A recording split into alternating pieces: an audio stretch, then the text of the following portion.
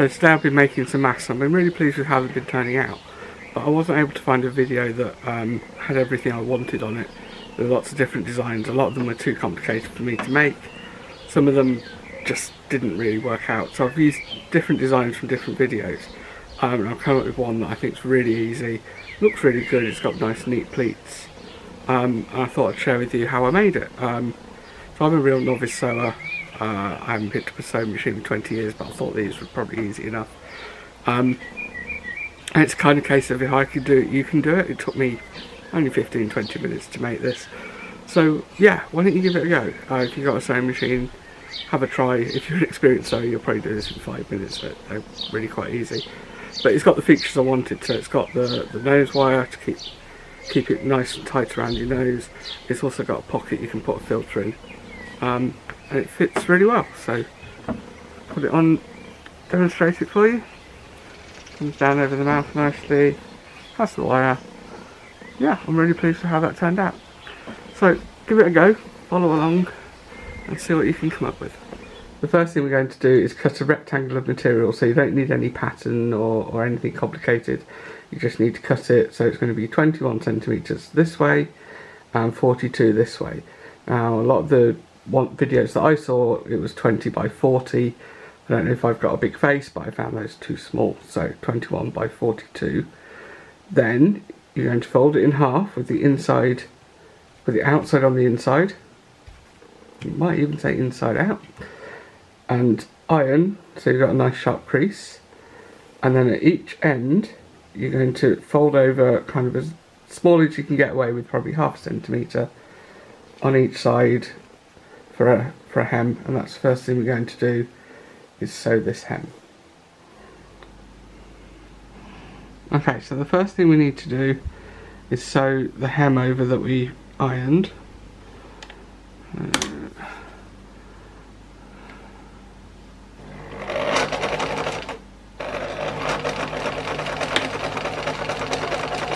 As I mentioned, I am a complete amateur. This is probably going to be a wobbly line.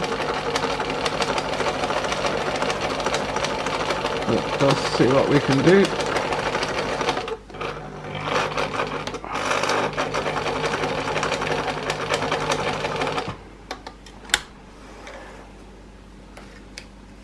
And then we're going to do the same for the other end. And what I always do is leave those too short and the needle and threads itself.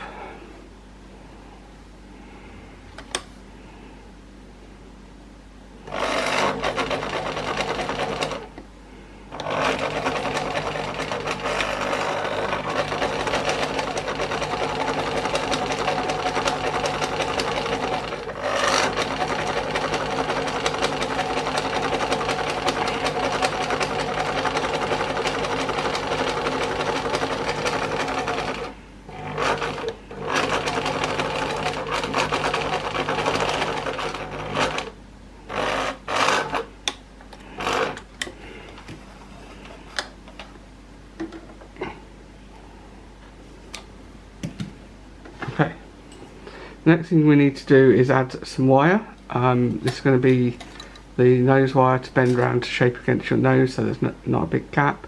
I've got this out of the garden shed. It's our gardening wire, but you could use a pipe cleaner or you could use back ties, any flexible wire that's going to hold its shape when you bend it.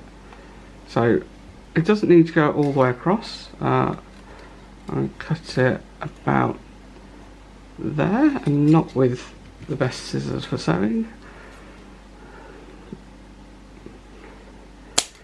Chop, have a look at which end I've done the biggest pocket. If you're using a pipe cleaner, you'll probably need a bigger pocket in the hem, but I find that, yeah, if you're using thin wire like this, any pocket will do.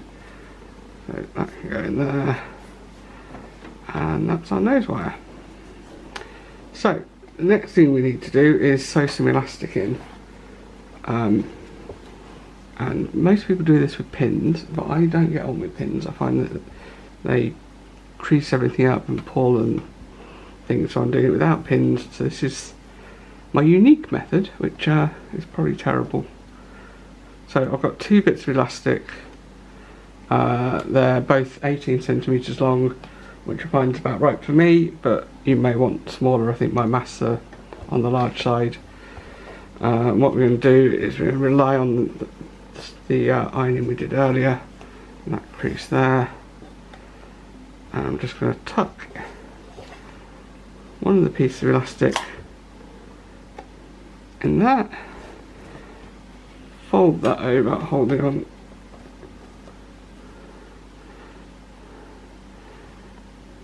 making sure that's right in the corner. And because we've got the elastic in there, I'm going to go and do this start about 3 times. Make sure the elastic's nice and firm.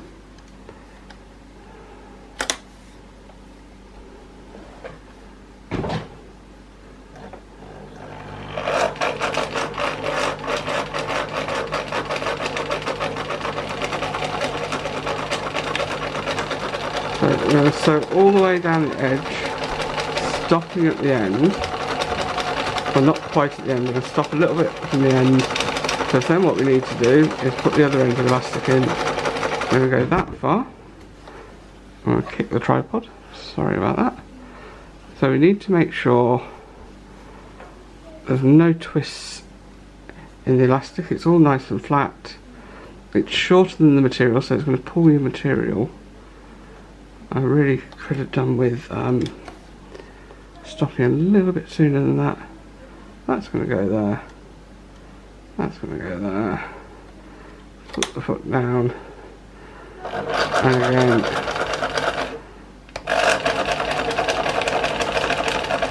And give that a few goes over. That's one side.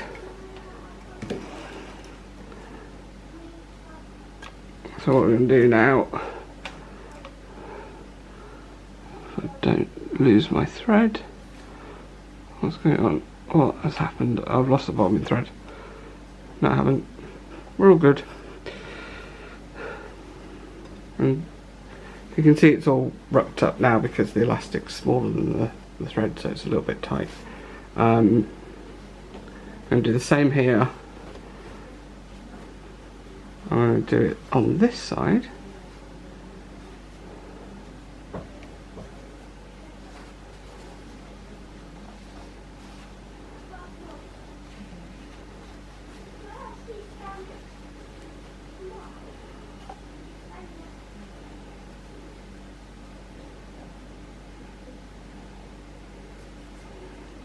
That's properly in the corner. Get the foot on it, don't worry about the rest.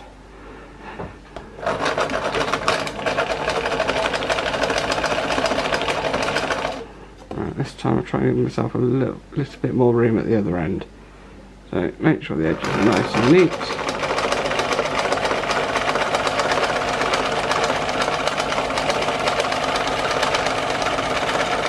Right, stop there. Find the elastic. Make sure it's got no ends in it or twists. It's nice and straight, nice and flat. Right in the corner.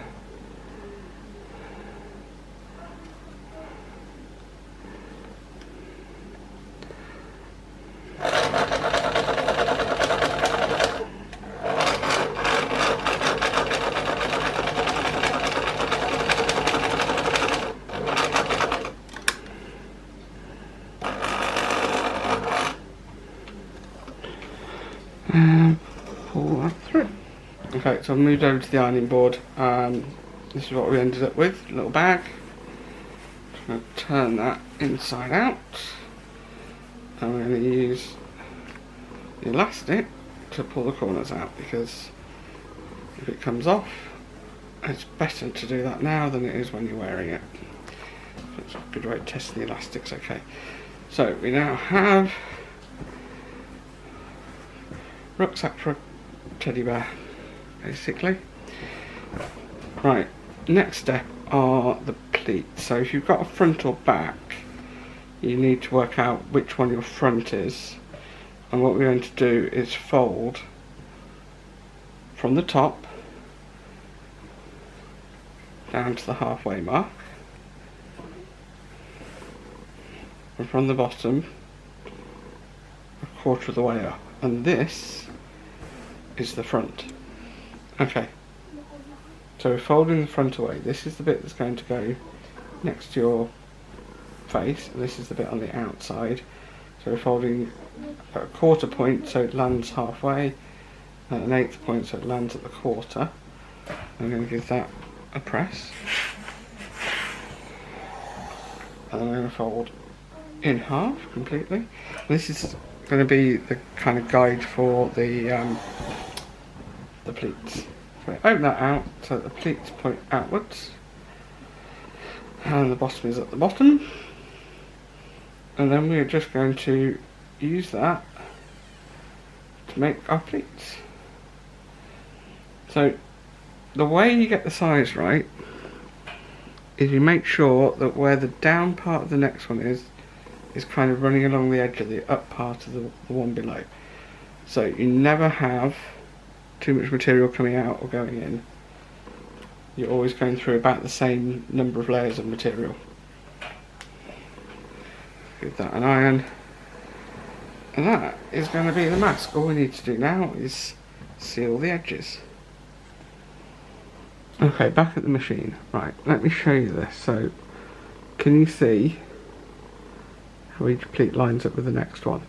So you've never got the full set of material to go through. It's always going through 3 layers. And what we have is a big pocket at the top, so we're going to sew along here and along here, leaving a hole in the middle that we can put some filter material in.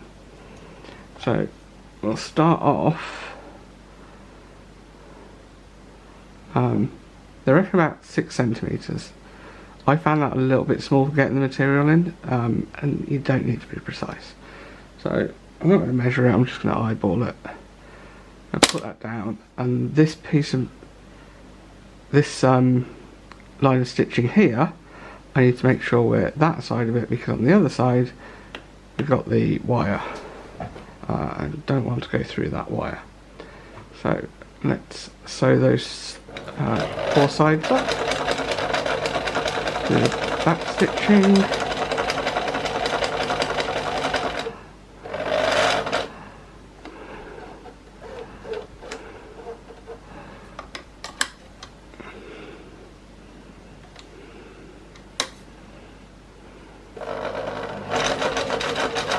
Now, if you're an expert, this will be neater than I'm doing it.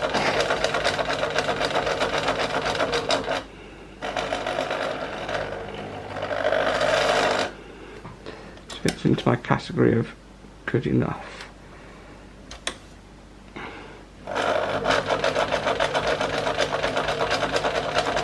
If someone's close enough to you that you can see that the stitching isn't straight, they're too close.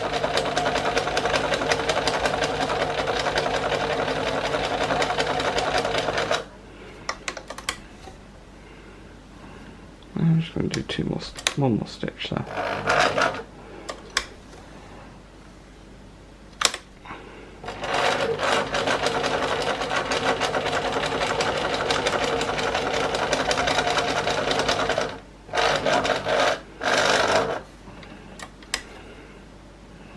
Oh no, I need to go further than that.